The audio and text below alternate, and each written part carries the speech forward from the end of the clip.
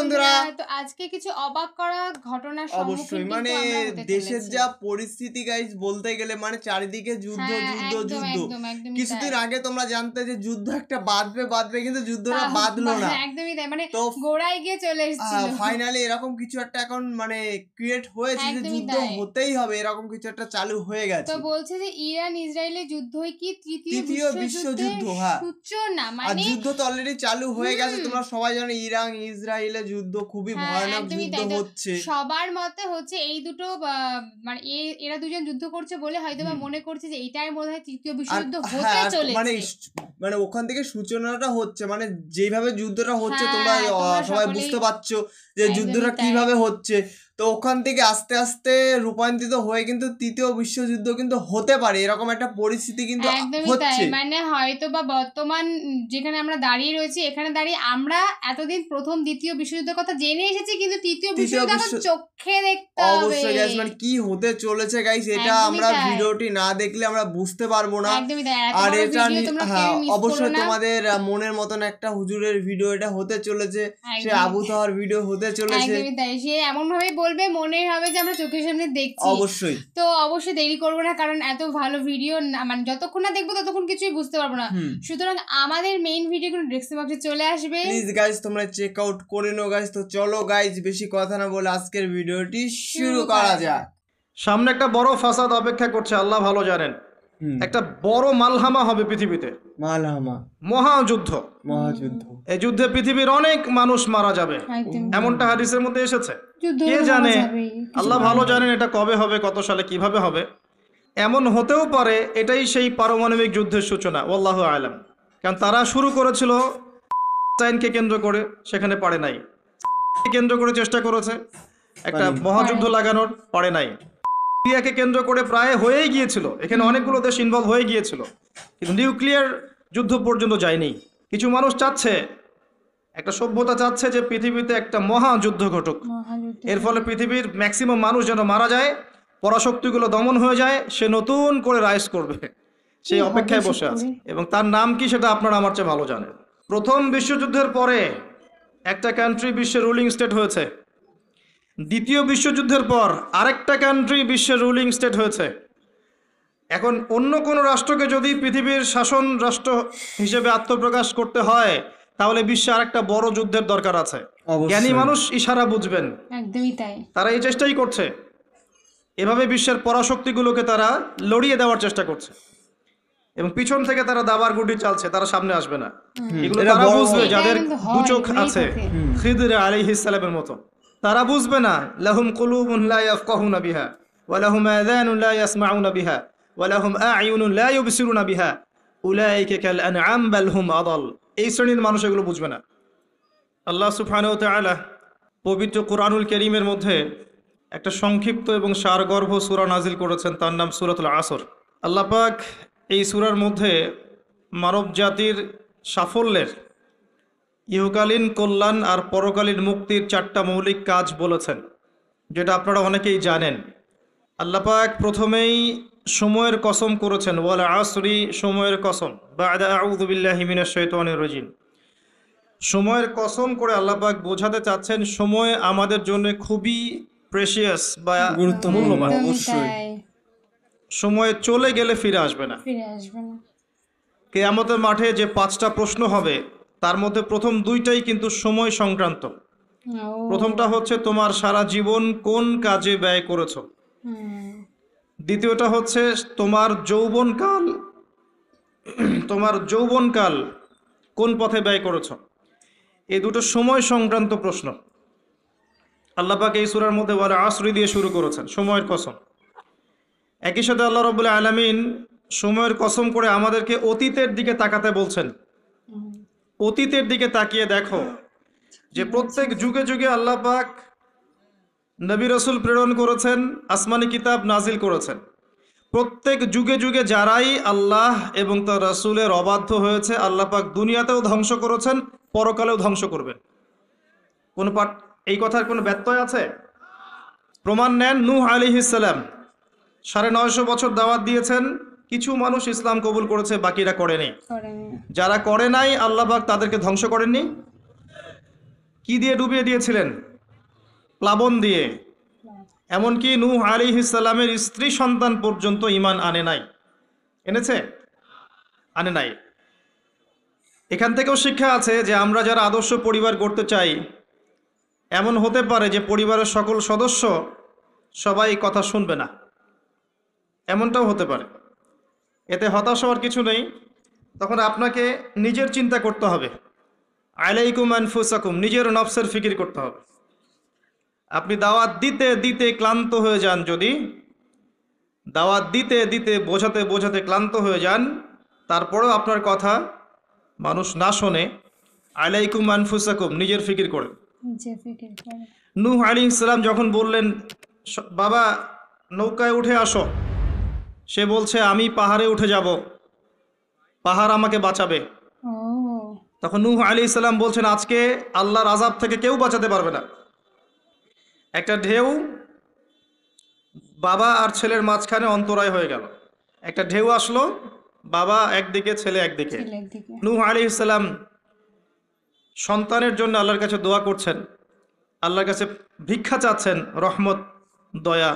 ইন্নাহু মিন আহলি, আল্লাহ বলছেন লাইসা মিন আহলিক, হে আল্লাহ সে আমার পরিবারের অন্তর্ভুক্ত।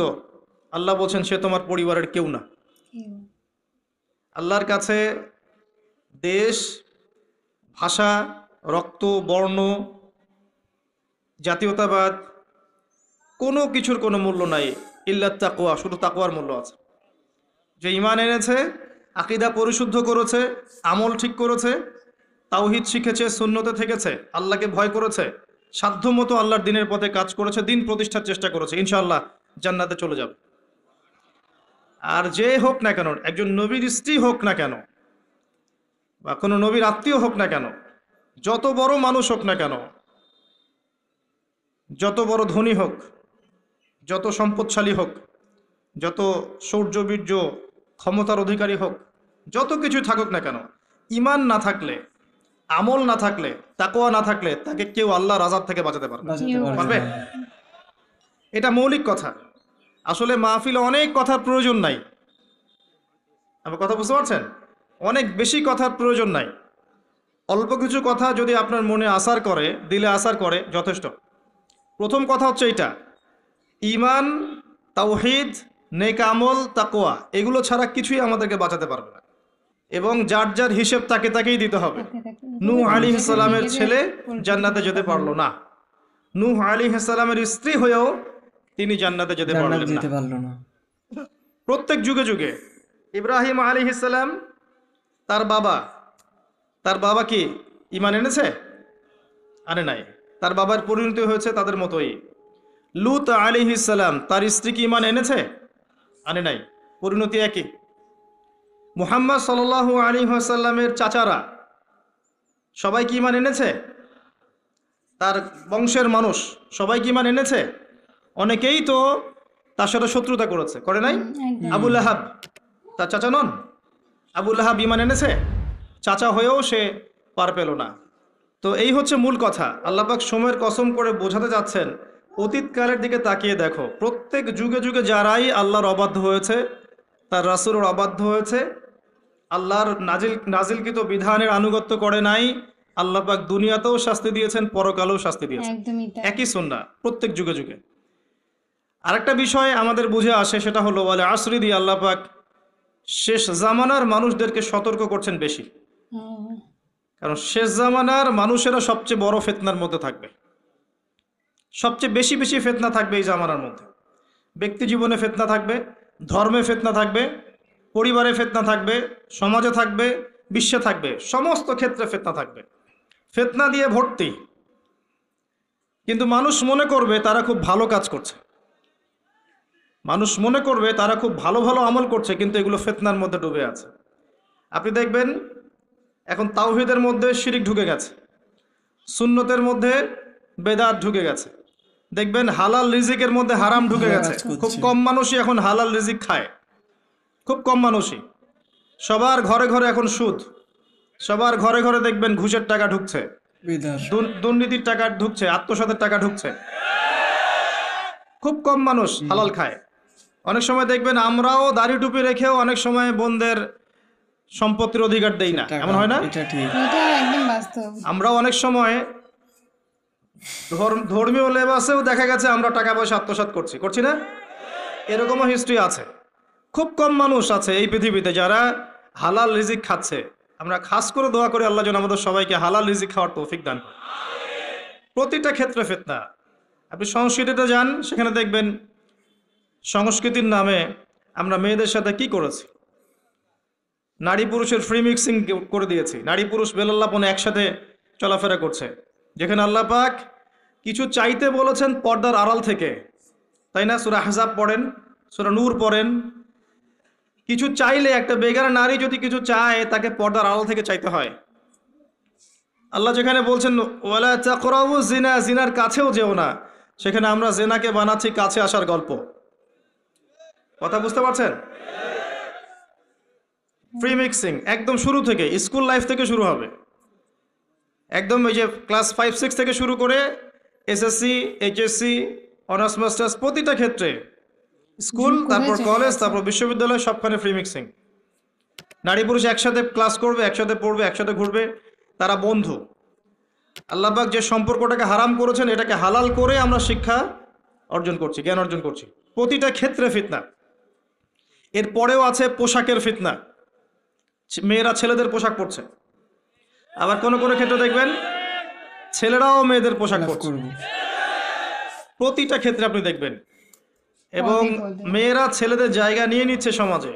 প্রতিটা ক্ষেত্রে আপনি গিয়ে দেখেন, হোক সেটা আপনার দোকান বা শপিং মল বা এয়ারপোর্ট বা আপনার ফিল্ম ইন্ডাস্ট্রি বা মডেলিং বা সংস্কৃতির কোনো ক্ষেত্র বা ব্যাংকিং সেক্টর বা corporate sector, even political sector, সব জায়গায় গিয়ে দেখবেন আপনি মেয়েরা ছেলেদের জায়গা নিয়ে নিচ্ছে।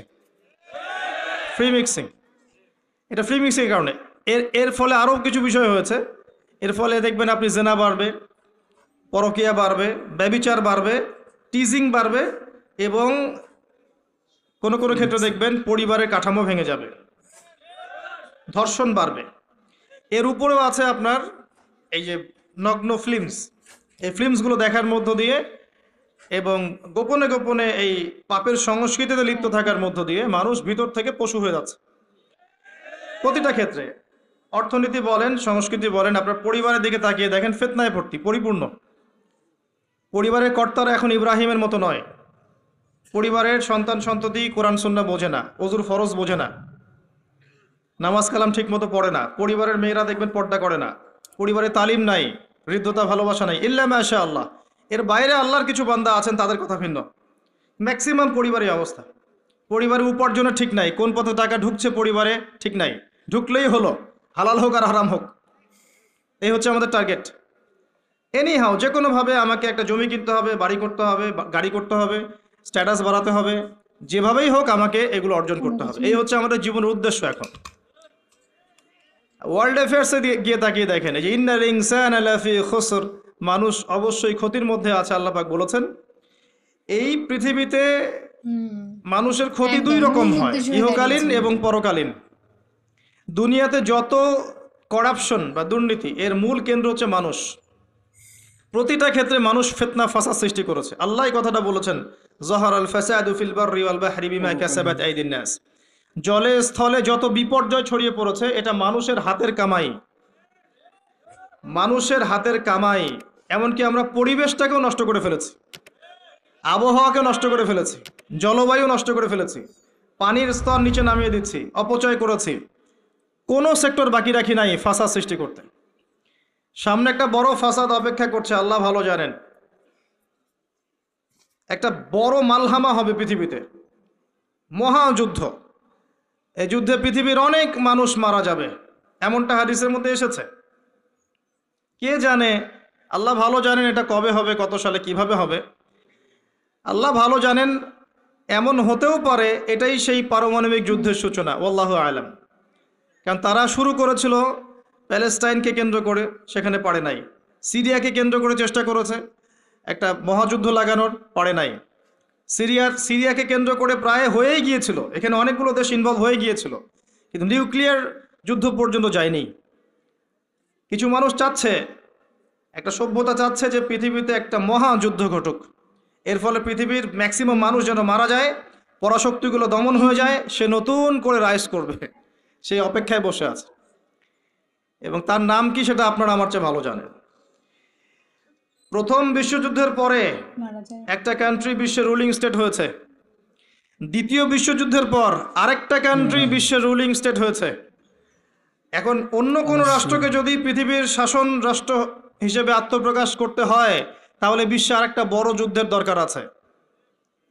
জ্ঞানী মানুষ ইশারা বুঝবেন, তারা এই চেষ্টাই করছে। এভাবে বিশ্বের পরাশক্তিগুলোকে তারা লড়িয়ে দেওয়ার চেষ্টা করছে, এবং পিছন থেকে তারা দাবার গুটি চালছে, তারা সামনে আসবে না। এগুলো তারা বুঝবে যাদের দু চোখ আছে, খিদর আলাইহিস সালামের মতো। তারা বুঝবে না, লাহুম কুলুবুন লা ইয়াফকাহুনা বিহা ওয়া লাহুম আযানুন লা ইয়াসমাউনা বিহা ওয়া লাহুম আ'য়ুনুন লা ইউবসিরুনা বিহা উলাইকা কাল আনআম বাল হুম আদাল। এই শ্রেণীর মানুষ এগুলো বুঝবে না। তো পৃথিবীর প্রতিটা ক্ষেত্রে ফাসাদ মানুষ সৃষ্টি করেছে, আর মানুষের জন্য এই পৃথিবীর ক্ষতি অপেক্ষা করছে, পরকালীন ক্ষতি অপেক্ষা করছে। মানুষ বুঝতে পারছে না যে এর ফলে কি হতে পারে। মেডিসিন বন্ধ হয়ে যেতে পারে, পরিবেশের মধ্যে অক্সিজেনের লেভেল কমে যাবে, ফ্রেশ বাতাস পাবে না মানুষ, ফ্রেশ খাবার পাবে না, ইকোনমি পড়ে যাবে, তেলের দাম বেড়ে যাবে, প্রেশিয়াস জিনিস পাবেন না, নিত্য প্রয়োজনীয় জিনিসের দাম বেড়ে যাবে। নিউক্লিয়ার ওয়েপন্স গুলো ওই জাপানের হিরোশিমা নাগাসাকির মতো নয়, এখনকার গুলো আরো অনেক শক্তিশালী। ইকোনমি পড়ে গেলে সব একটা শেষ। বোমা একটা রাষ্ট্রকে উড়িয়ে দেওয়ার জন্য যথেষ্ট, মানুষ কঙ্কাল ছাই হয়ে যাবে, কিচ্ছু করতে পারবে না। আর যেসব রাষ্ট্রের এই ক্ষেপণাস্ত্র প্রতিরক্ষা ব্যবস্থা নাই, তাদের অবস্থা তো আরো অবস্থা খারাপ। কথা বুঝতে পারছেন না? ক্ষেপণাস্ত্র প্রতিরক্ষা ব্যবস্থা থাকে, কেউ যদি মিসাইল ছোড়ে সেটাকে আকাশেই ধ্বংস করা যায়। সেই প্রতিরক্ষা ব্যবস্থা যাদের নাই, তাদের কি অবস্থা হবে চিন্তা করতে পারে। এই মালহামায় মুসলিমরাও জড়িয়ে যাবে, কারণ বিশ্ব এখন একটা, যেটা আমরা বলি যে গ্রামের মতো, ভিলেজ, একটা ওয়ার্ল্ড ভিলেজ, বিশ্ব একটা গ্রামের মতো হয়ে গেছে এখন। একদিকে ঢিল পড়লে আর একদিকে এর প্রভাব পড়বে, তাই পুরো বিশ্ব একটা পরিবারের মতো হয়ে গেছে। একদিকে সমস্যা সৃষ্টি হলে সমস্ত বিষয়ের দিকে ইফেক্ট হবে, প্রত্যেকটা রাষ্ট্র ইফেক্টেড হবে। তো কেউই আমরা ক্ষতি থেকে মুক্ত নই, না দুনিয়ার ক্ষতি না পরকালে। আর পরকালের ক্ষতি তো আপনারা আমার চেয়ে ভালো জানেন। মানুষের জন্য অপেক্ষা করছে পরকালের সওয়াল জবাব, কবরের আযাব, মিজান, পুলসিরাত, জান্নাত জাহান্নাম। ইন্নাল ইনসানা লাফি খুসর। তারপরেও মনে হয় আমাদের চালচলন দেখলে যে ক্ষতি আমাদেরকে স্পর্শ করবে না। আমাদের ব্যাপারটা অনেকটা এমন যে আরে অন্যদিকে কি হয় হোক, আমি তো ভালো আছি। যখন সবকিছু নষ্ট হয়ে যায় তখন নিজেও ভালো থাকা যায় না। থাকা যায়? যখন সবকিছু নষ্ট হয়ে যায় তখন নিজেও আর ভালো থাকা যায় না। তো আমাদের ভাগ্যেও ক্ষতি অপেক্ষা করছে, এটা সময়ের ব্যাপার মাত্র। এখনো যদি আমরা সচেতন না হই, নিজেদের ফিউচারের চিন্তা না করি, নিজেদের আমল, আকীদা, পরিবার, রিজিক এগুলোকে না গুছিয়ে নেই, তাহলে সমস্যা আছে। আমরা কি সমস্যায় পড়তে চাই? আল্লাহ পাক আমাদের সবার আকীদাকে পরিশুদ্ধ করুন, আমিন। বেশি থেকে বেশি নেক আমল করার তৌফিক দান করুন, আমিন। আমাদের পরিবারগুলোকে আল্লাহ পাক জান্নাতি পরিবার রূপে কবুল করে নিন, আমিন। সবাইকে আল্লাহ পাক হালাল রিজিকের ব্যবস্থা করে দিন। দিন ইসলামকে প্রতিষ্ঠা করার তৌফিক আল্লাহ পাক আমাদেরকে দান করুন। এবার আসেন, আল্লাহ 4টা কাজের কথা বলেছেন এই সূরার মধ্যে। ইল্লাল্লাযীনা আমানু ওয়া আমিলুস সলিহাত ওয়া তাওয়াসাউ বিল হক ওয়া তাওয়াসাউ বিস সবর। এই 4টা কাজ যে মুমিনরা করতে পারবে, মুসলিমরা করতে পারবে, আল্লাহ পাক তাদেরকে ফিতনা থেকে বাঁচিয়ে রাখবেন ইনশাআল্লাহ তাআলা। 1 নম্বর কাজ ঈমান। ঈমানের পিলার কয়টা? 3টা? 6টা? কয়টা? ইসলামের পিলার 5টা, ঈমানের পিলার কয়টা? 6টা। আল্লাহর প্রতি বিশ্বাস 1 নম্বর, ফেরেশতাগণের প্রতি বিশ্বাস 2 নম্বর, 3 নম্বর আসমানি কিতাব সমূহে বিশ্বাস, 4 নম্বর নবী রসুলগণে বিশ্বাস, 5 নম্বর পরকালে বিশ্বাস, ওয়াল ইয়াউমিল আখির, পরকালে বিশ্বাস, আর 6 নম্বর হচ্ছে তাকদীর বা ভাগ্যের ভালো মন্দের প্রতি বিশ্বাস। এগুলোকে 3টা কাজ করতে হয়। মনে বিশ্বাস করতে হয়, মুখে স্বীকৃতি প্রদান করতে হয়, এবং কাজে বাস্তবায়ন করতে হয়। কেউ যদি খালি বলে, মুখে বলে লা ইলাহা ইল্লাল্লাহ, কাজ নাই, চলবে? এই 3টা হচ্ছে আমাদের ঈমানকে টিকিয়ে রাখার মূল মন্ত্র। মনে বিশ্বাস, মৌখিক স্বীকৃতি এবং কাজে বাস্তবায়ন। আল্লাহ পাক আমাদের সবাইকে এটা করার তৌফিক দান করুন। এই ঈমান আনার পরে আমলে সালেহ করতে হয়। আমলে সালেহ কি জিনিস? সহজ কথায় বলছি, কোরআন এবং সুন্নায়, কোরআন এবং হাদিসে আল্লাহ এবং তার রাসূল সাল্লাল্লাহু আলাইহি ওয়াসাল্লাম যতগুলো কাজ করতে বলেছেন সেগুলো করা হচ্ছে আমলে সালেহ।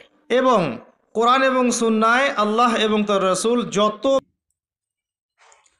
সত্যি গাইজ মানে দেশের যে অবস্থা তোমরা তো ভিডিওর ভিতরে শুনলে, মানে কিছুটা মানে কিছু দেশ যে মানে সবাইকে উস্কাচ্ছে যুদ্ধের জন্য, সেটা তোমরা কে উস্কাচ্ছে সেটা তোমরা সবাই বুঝতে পারছো, কিন্তু কেউ কিছু করার নেই, সে উস্কাচ্ছে বলতে গেলে আমরা উস্কে যাচ্ছি। কিন্তু আমার কথা একটাই যে আমরা জানি না মানুষ যে কি রকম সৃষ্টি হয়েছে, মানে অন্য কেউ তাকে পরিচালনা করবে তারপরে সে পরিচালিত হবে, মানে নিজের মানে সেলফ ডিপেন্ডস কোনো কিছুই নেই। মানে এতটা দেশে পরিস্থিতি খারাপ হয়ে যাচ্ছে, মানে গাইজ এখন যদি আমরা না সাবধান হই তাহলে পরবর্তীতে কি হবে, মানে তৃতীয় বিশ্বযুদ্ধ হবেই। কেন বুঝতে পারছো যে কিছু, সেটা কিন্তু আমাদের কারণে, মানে আমাদের মতো কিছুদিন আগে তোমার ওই হামাস দিয়ে যাও অনেক দেশ যুদ্ধ বেঁধেছিল, যে হোক সেটা বন্ধ হলো।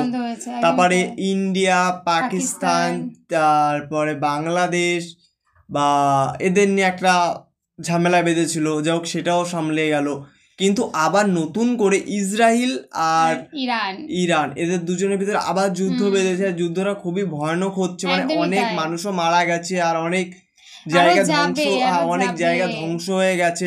তো এই দুটো বড় বড় কান্ট্রিতে যখনই যুদ্ধ বেঁধেছে, তো আস্তে আস্তে কিন্তু এটা অনেক বড় একটা যুদ্ধতে পরিণত হতে পারে, গোটা পৃথিবীতেই হয়তো বা হয়ে যেতে পারে। কারণ আছে, কারণ কোনো দেশের মানুষ সেখানে ইনভলভ আছে, তো তারা আবার তাদের দেশে গিয়ে কিছু করবে, মানে এভাবেই কিন্তু আস্তে আস্তে আর গাইস এটার পিছনে কিন্তু একজন আছে, মাস্টার মাইন্ড অবশ্যই থাকে একজনকে উস্কানোর জন্য। তো অবশ্যই সেই মাস্টার মাইন্ডটাকে তোমরা যদি পারো আমাদের সাথে শেয়ার করতে পারো, অবশ্যই আমরা জানি।